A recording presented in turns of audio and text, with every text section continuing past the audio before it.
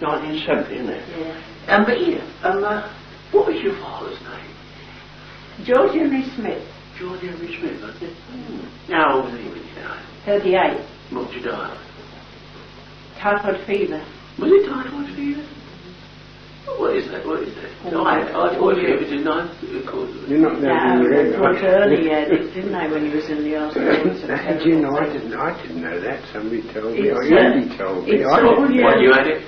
No, they thought I had it. They thought I had it. No, they did with me, but at the hospital they thought I had it. Before they let anybody in, they had to put these blinking white gowns on. Does it cause it? No, you never had typhoid fever to my knowledge.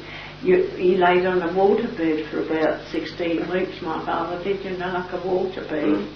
And old Father Andrew at the church. How did you say he was? 36? 38. 38. When did you catch it in the docks, I think? No, he was a greengrocer, and he used to go around the streets and he used to call out, shout out, and he used to go out of a morning, and of course it was beer. No, didn't you say he was a baker? He was a baker, but then after I was born, they came over, they sold the shop in Vedette Road and came over here for me. And it was just about the time when Aunt Beat was born. And they took a shop, my dad and grandfather Smith, took a shop in Star Lane. And it'd been a fish shop. Is that what we caught fire, was it? Eh? Wasn't that the fish shop that caught fire? He said like yes. Those ones? And he put some paper underneath to, to boil get all the stuff off the pans and that, and the place caught fire. We were burnt out. And Aunt Beat was born about 3 weeks after. And that friar that lived down here in the greengrocer shop, his mother offered us half house in her house in Croydon Road. We went to live with her. Oh, so you knew that. We used to Yes, it was funny. I went in his shop one day to get some vegetables, and it was when there was a tea party on, during the war and that. And that's when I was getting the tea party, so he came up to me and he said, telling me where I could get different stuff, for this tea party.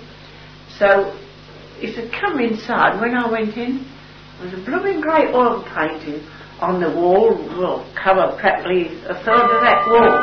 And I looked at it and I said, do you mind, Mr. Pryor, is there any name on that?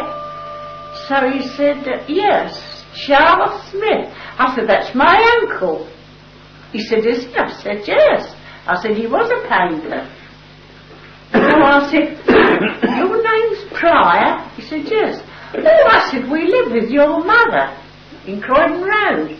He said, that's right. She did live in Croydon Road. See, we lived years ago, we went and lived with Mrs. Pryor, and this picture was,